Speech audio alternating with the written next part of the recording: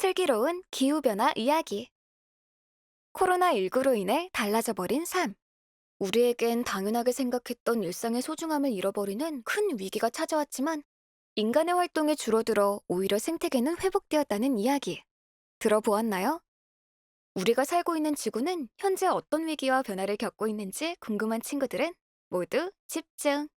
똑 소리 나는 슬기로운 집콕 생활. 함께할 준비 됐죠? 지금부터 기후변화가 무엇인지 알아보고 기후변화는 왜 일어나며 문제점은 무엇인지 우리는 앞으로 어떻게 해야 하는지 함께 알아볼까요? 2020년 올해 여름 엄청나게 많은 비와 태풍이 왔던 거 기억하나요? 2018년 여름엔 전국적으로 31일 동안 폭염이 17일 넘게 열대야가 지속되었고 2016년 겨울에는 한파와 폭설로 제주도의 비행기가 3일간 꼼짝 못했어요. 매해 여름마다 무시무시한 모습으로 찾아오는 폭염과 태풍. 겨울에 불어닥치는 매서운 폭설과 한파는 우리나라뿐만 아니라 전 세계적인 문제인데 이상기후 현상이 생기는 이유는 바로 기후변화 때문이에요. 기후가 정확히 무엇인지 궁금하죠? 먼저 날씨와 기후의 차이점에 대해 알아볼게요. 날씨는 매일매일 변하는 기온, 비, 눈, 바람 등의 상태를 말해요. 기후는 일정 지역에서 오랜 시간 규칙적으로 되풀이된 날씨의 평균 상태를 뜻해요. 그리고 기후변화란 오랜 시간에 걸쳐서 날씨의 평균 상태가 변하는 것을 의미해요. 좀 더 알기 쉽게 우리나라를 예로 들어 설명하자면 지난 106년 동안 우리나라의 평균 기온은 1.8도가 높아졌어요. 이것은 지구의 평균 기온 상승보다 1도가 높은 수치예요. 이로 인해 바다의 온도 또한 높아져 동해에는 찬물을 좋아하는 명태가 사라지고 동남아의 따뜻한 바다에 살던 물고기들이 나타났어요. 또 내륙의 농가에는 열대 과일이 자라게 되었는데 우리나라에 고온다습하고 갑작스러운 비가 자주 쏟아지는 기후변화가 발생했기 때문이에요. 이렇게 기후가 변하는 원인은 뭘까요? 자연적인 원인과 인간에 의한 원인, 두 가지로 나눠볼 수 있어요. 먼저 자연적인 원인에 대해 알아보면 우리가 사는 육지는 몇 개의 커다란 덩어리로 이루어져 있고 아주 느린 속도로 이동해요. 바다와 육지는 온도 변화 속도가 달라 육지 면적이 넓은 지역은 기온이 크게 변하고 바닷가 지역은 기온 변화가 작은데 만약 육지가 이동해 땅과 바다의 면적이 변하게 되면 기온 변화가 생기고 지구 전체의 기후 변화 원인이 될 수 있어요. 하지만 수만 년 동안 서서히 진행되기 때문에 우리는 느낄 수 없어요. 태양의 크기는 지구의 109배. 지구는 북극과 남극을 기준으로 태양을 향해 살짝 기울어져 있고 팽이처럼 제자리에서 회전하는데 이것을 자전이라고 해요. 지구는 팽이처럼 돌면서 태양의 주변에 타원형을 그리며 이동하는데 이것을 공전이라고 해요. 지구는 뱅글뱅글 돌며 태양 주변을 맴도는데 기울어져 있기 때문에 태양빛이 닿는 위치가 조금씩 변해요. 만약 북극이 태양 쪽으로 기울어지면 태양빛을 많이 받아 여름이 되고 북극이 태양 반대쪽으로 기울어지면 태양빛을 적게 받아 겨울이 돼요. 이렇게 지구에 닿는 태양빛의 위치 변화에 따라 계절과 기후 변화가 생겨요. 화산 폭발은 엄청난 양의 가스와 화산재를 대기 중에 분출하고 오랜 시간 대기권에 머물며 땅에 태양빛이 닿는 것을 차단해 지구의 기온을 낮추고 기후를 변화시키는 역할을 해요. 이런 자연적인 원인으로도 기후변화가 발생하지만 사실은 인간 활동에 의한 것이 훨씬 커요. 지구를 둘러싸고 있는 여러 종류의 기체 중 1%도 안 되는 온실가스.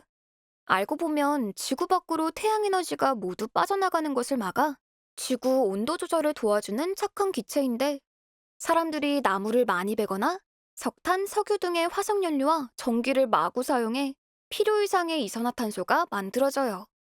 또 쓰레기를 땅에 묻고 가축을 기를 때 많은 양의 메탄가스가 생기는데 특히 소의 트림이나 방귀에서 많이 나와요. 이처럼 사람이 만들어낸 많은 양의 온실가스는 태양열을 많이 가두고 지구의 기온은 높아지게 되는데 이러한 현상을 지구온난화라고 해요. 지구가 따뜻해지는 건 과연 좋은 일일까요? 지구 온난화로 북극과 남극의 빙하가 녹아 겨울왕국의 생명체들이 살 곳을 잃어간다는 이야기는 80만 년 전 바닷속 용암 폭발로 만들어진 제주도 용머리 해안이 점점 높아지는 해수면 때문에 2100년에는 80만 년의 나들이를 끝내고 바닷속으로 돌아갈 것이라는 예측이 나오면서 먼 나라 이야기가 아니게 되었어요. 또 빙하가 녹으면 그 속에 꽁꽁 얼어있던 고대의 바이러스가 나타나 또 다른 바이러스와의 전쟁을 치러야 할 수도 있어요. 반대로 사막화가 극심해지고 있는 곳도 있는데 몽골은 80년 만에 평균 기온이 2.1도나 올라 호수의 절반 이상이 말라버렸고 국토의 91%가 사막화될 위기에 처해 있어요. 이로 인해 우리나라에 황사와 미세먼지가 점점 더 심해지고 있고요.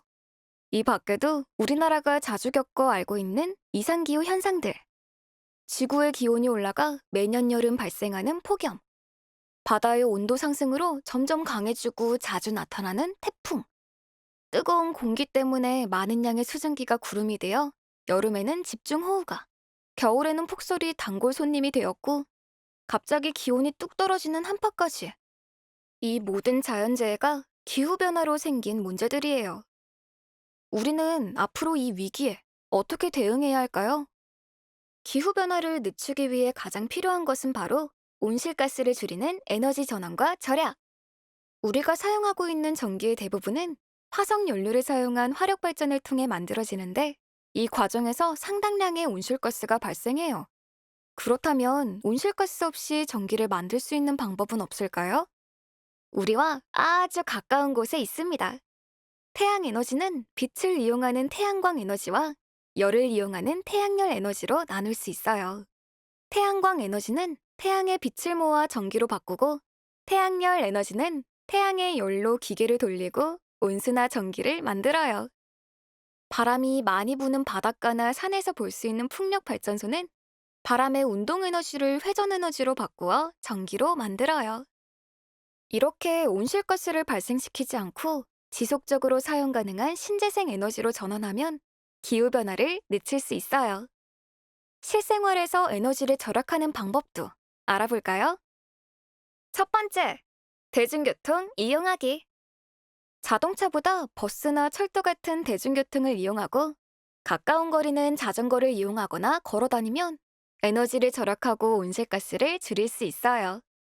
두 번째, 올바른 분리배출과 재활용. 쓰레기를 태우고 묻을 때도 온실가스가 발생해요.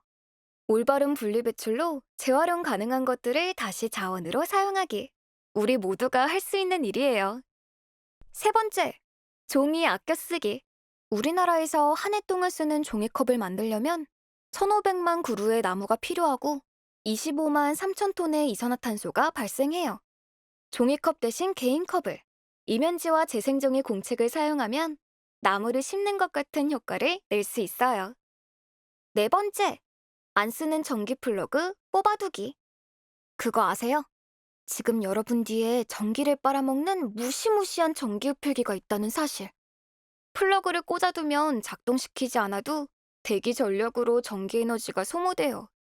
사용하지 않는 제품의 플러그는 꼭 뽑아두고 에너지 소비 효율 등급이 높은 제품을 사용하는 것이 좋아요. 다섯 번째, 행복한 불 끄기의 날. 서울시에서는 매월 22일 저녁 8시에서 9시를 행복한 불 끄기의 날로 지정해 에너지 절약에 앞장서고 있어요. 한 달에 한 번 불을 끄고 별을 켜는 시간을 통해 에너지를 절약하고 가족들과 특별한 추억을 만들어 보아요. 지금까지 기후변화의 정의에 대해 배우고 원인과 문제점, 대응 방안까지 알아봤는데 얼마나 똑소리 나는 시간을 보냈는지 퀴즈를 통해 확인해 볼까요? 어느 게 날씨이고 기후일까요?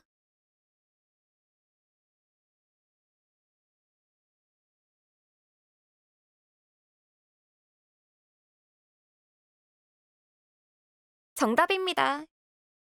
다음 중 온실가스를 줄이고 에너지를 절약하는 방법이 아닌 것은 무엇일까요?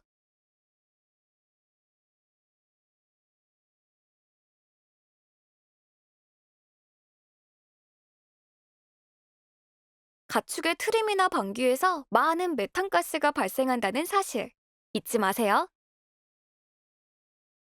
어떤 에너지에 대한 설명인지 정답을 연결해 볼까요?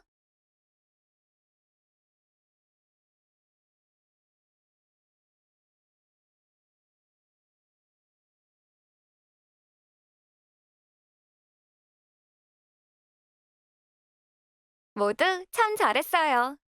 지금까지 우리들의 미래에 가장 큰 위협이 되고 있는 기후변화에 대해 알아보았어요. 오늘 이 시간 우리가 함께 배우고 느낀 것들을 통해 온실가스를 줄이고 기후변화에 대응하는 슬기로운 집콕 생활, 슬기로운 지구 생활을 함께해요.